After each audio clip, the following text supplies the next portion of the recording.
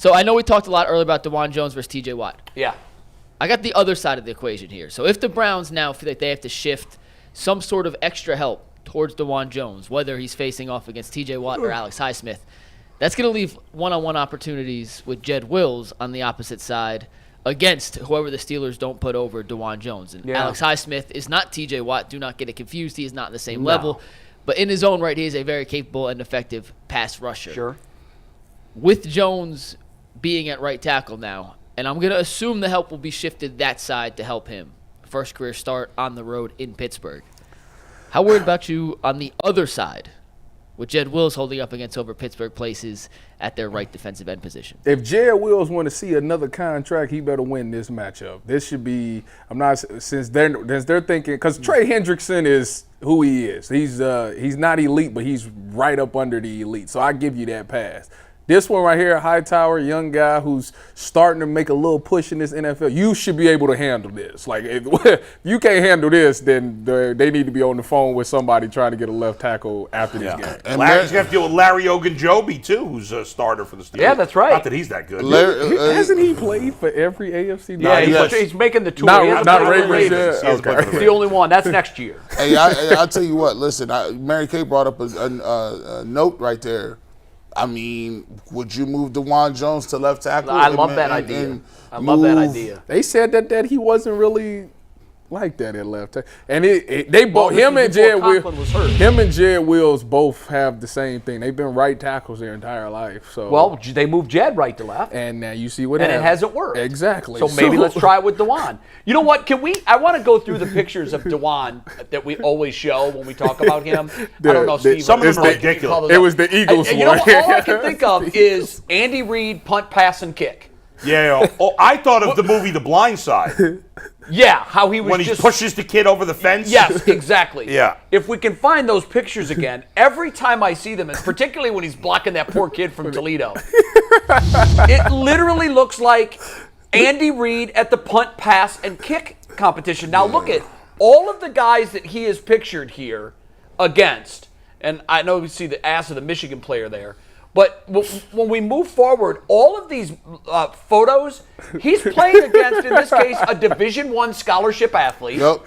Even though his draws are hanging out, he looks terrible with his uni there. Yeah, come on. Why would he's you have getting them draws manhandled. on? What do you He expect? got Ethica draws on. Even the That's pictures crazy. where he's going against NFL players, particularly the one where he's lining up against Jackson, that is an NFL player, and he looks like Andy Reid at the punt, pass, and kick competition. What type of player plays with Ethica draws though? Why not? I don't know what that was. Why Bro. not That's some that? sort of Toledo guy. I used to do compressions, but then as I got older, I went jock strap.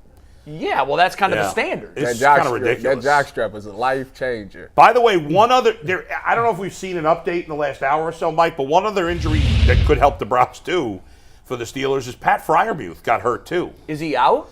As of now, he's... Well, he finished the game, though, didn't he? So what happened was he got hurt, he left, he came back, he scored a touchdown, and then he left again. Oh, okay. See, I didn't notice that he didn't come back after the touchdown. What I read as of this morning was... I have an update from 20 minutes ago. Okay, go ahead. Brooke Pryor, who covers the Steelers for Right, ESPN, we've had who will be Brooke joining us on Thursday. Oh, good. Was at the Mike Tomlin press conference. She tweeted out 21 minutes ago other injuries that Coach Tomlin says he's optimistic about in terms of them playing on Monday. Oh, okay.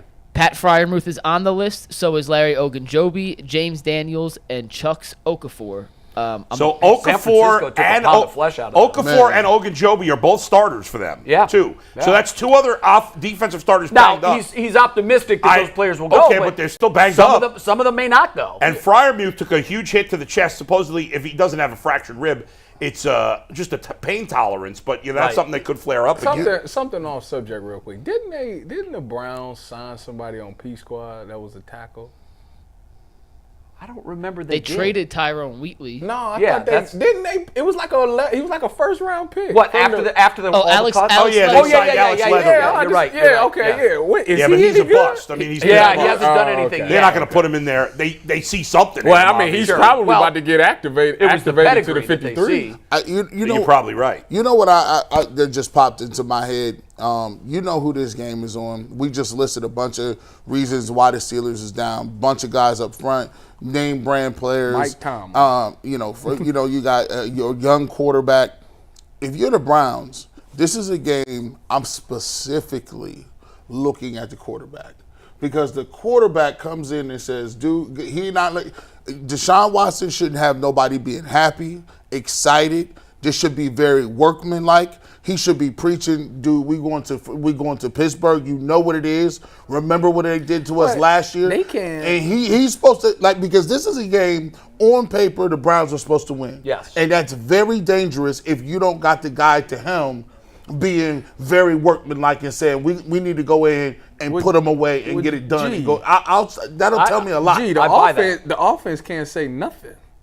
Oh, They can't go and brag nothing. They got to go in there. They had a terrible showing, so they got to. I don't think it was a terrible showing. They put up 24 points, and I know 7 came off a short field, but they also fumbled deep in Cincinnati's territory. You know what I'm trying to say. 24 points. The passing game was awful. Okay, but I lumped. You can't forget the run game. I mean, just saying. Nick Chubb averaged almost 6 yards a carry. They should be doing extra. That's his career average, isn't it? Because 5.9. No, it's not that high. Because the 5.1. The Peyton Mannings, the Tom Brady's, they would be angry this week.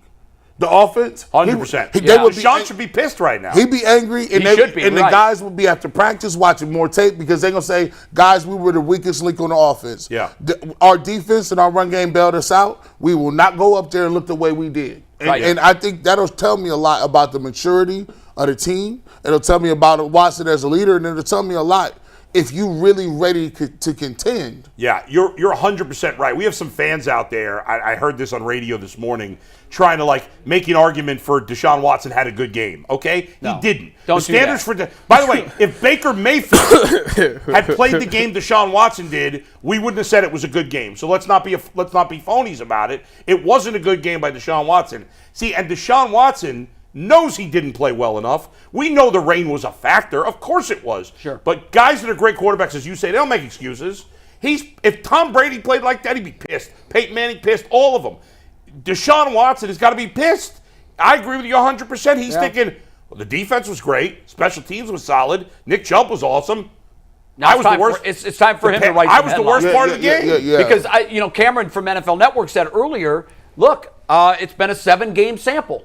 And each time he rolls out there and throws another egg, it's time to start getting more and more concerned about, is this guy going to be the guy that we're paying him to be? Especially if he's the guy that said, I'm going to be better than 2020. That's right. So we're not going to judge you on the 2022 standard. Mm-hmm. We're going to judge you on the 2019 standard, or whatever the year was when he put up all the stats, whatever season that was, 2020. Mm-hmm. So we're looking with a very sharp eye. I know.